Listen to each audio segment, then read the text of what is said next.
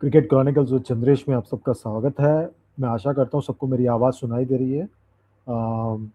ये वायर चल रहा है ठीक से। और आगे बढ़ने से पहले सबसे दरख्वास्त है, चैनल को लाइक कीजिए, शेयर कीजिए, सब्सक्राइब कीजिए और साथ ही साथ नोटिफिकेशन की घंटी बजाइए।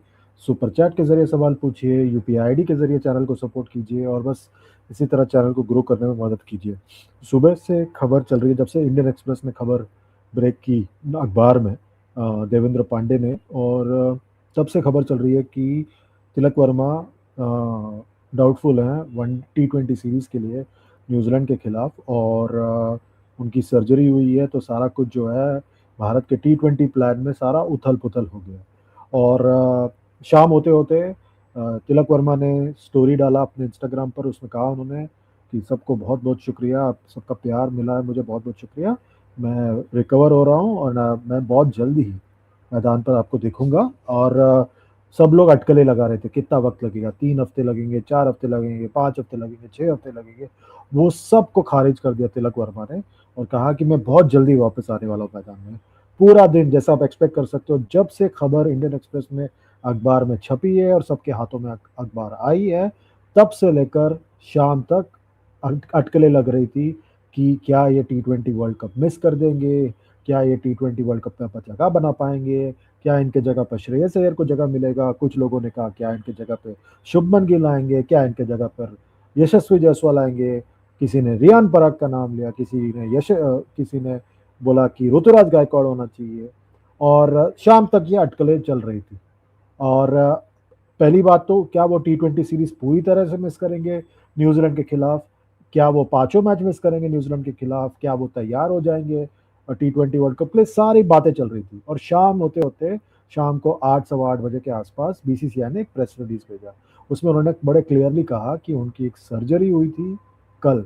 अब्डोमिनल इशू का है, वो थोड़ा कॉम्प्लिकेटेड टर्म यूज किया है तिलक वर्मा का जो इंजरी है थोड़ा कॉम्प्लिकेटेड है।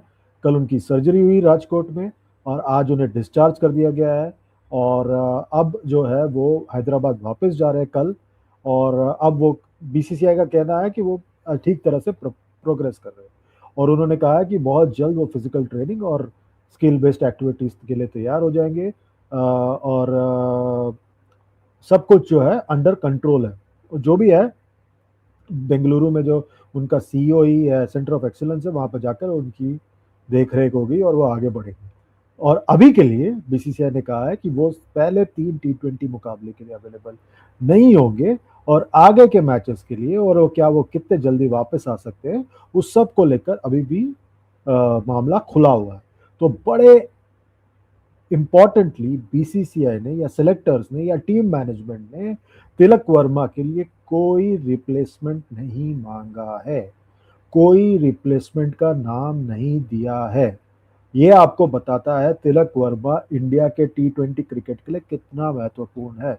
जो भी नाम लिए जा रहे थे, सिलेक्टर्स और टीम मैनेजमेंट ने बड़े साफ तौर पर कहा है हमें उनकी जरूरत नहीं है। चाहे वो शुभमन गिल हो, जायसवाल हो या श्रेयस अय्यर हो।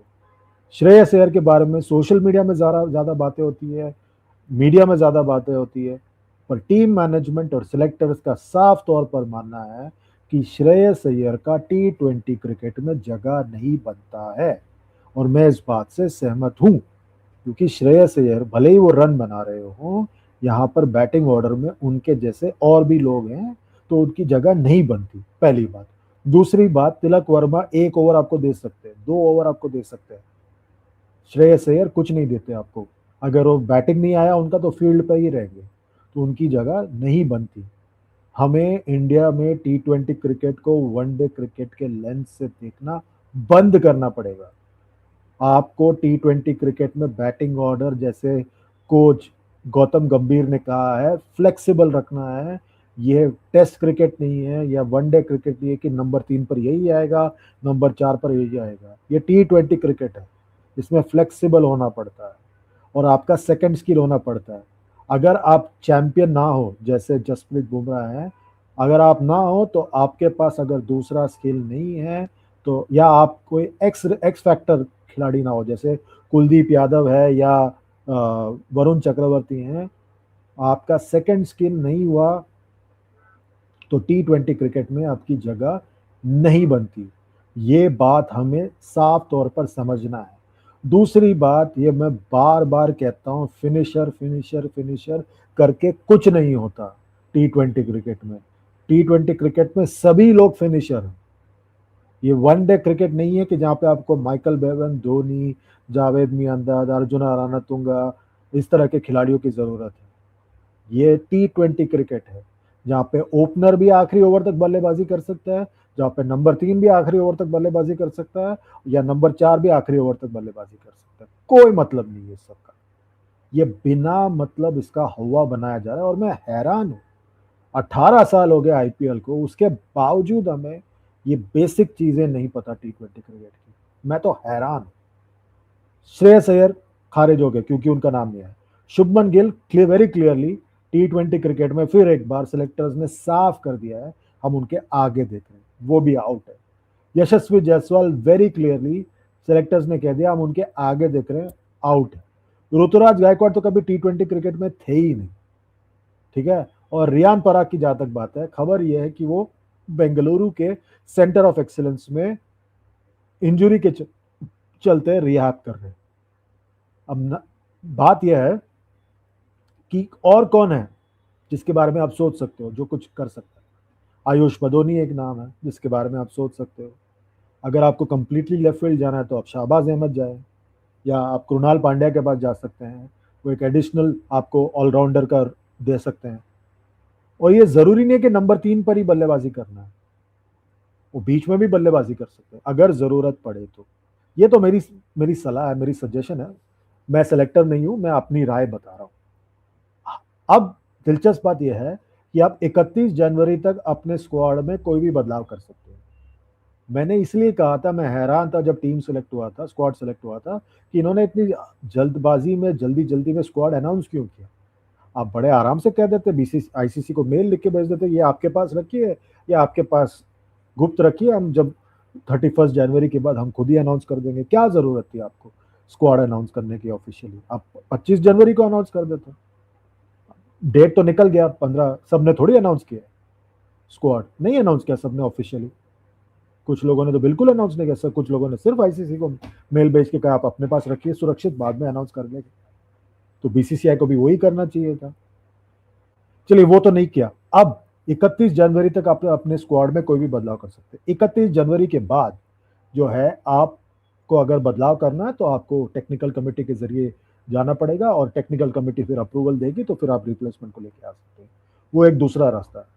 आप ऑस्ट्रेलिया वाली राह भी पकड़ सकते हैं। 2023 के ओडीआई वर्ल्ड कप में उन्होंने ट्रेविस हेड के इंजरी के बार को टीम के साथ रखा और वो बाद में जाकर खेलने आए, और वो फाइनल में भी खेलने आए, बहुत लेट आए टूर्नामेंट में खेलने के लिए। अब वो T20 वर्ल्ड कप में भी वही करने वाले हैं।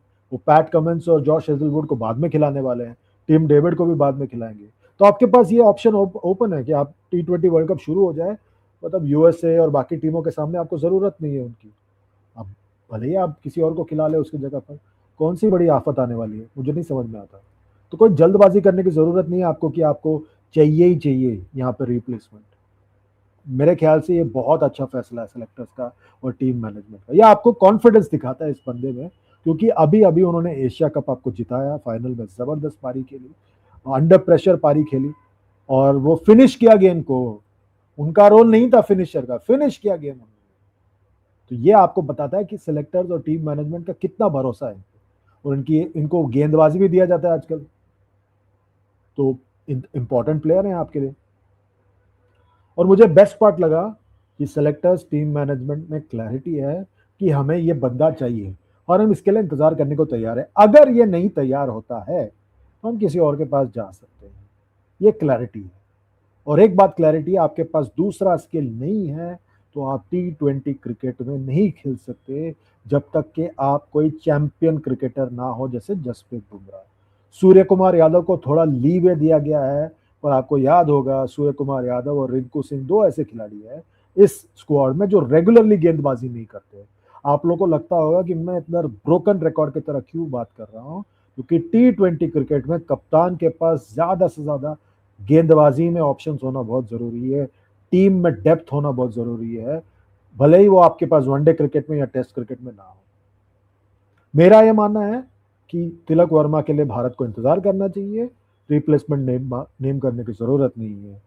आपका क्या मानना है बताइए मुझे वीडियो के नीचे कमेंट करके। लाइक कीजिए, शेयर कीजिए, सब्सक्राइब कीजिए, साथ ही साथ नोटिफिकेशन की घंटी बजाइए, सुपर चैट के जरिए चैनल को सपोर्ट कीजिए, यूपीआई आईडी के जरा के सहारे चैनल को सपोर्ट कीजिए, और हाइप का बटन दबाना ना भूलें। अभी के लिए बस इतना ही, अपना ख्याल रखिए।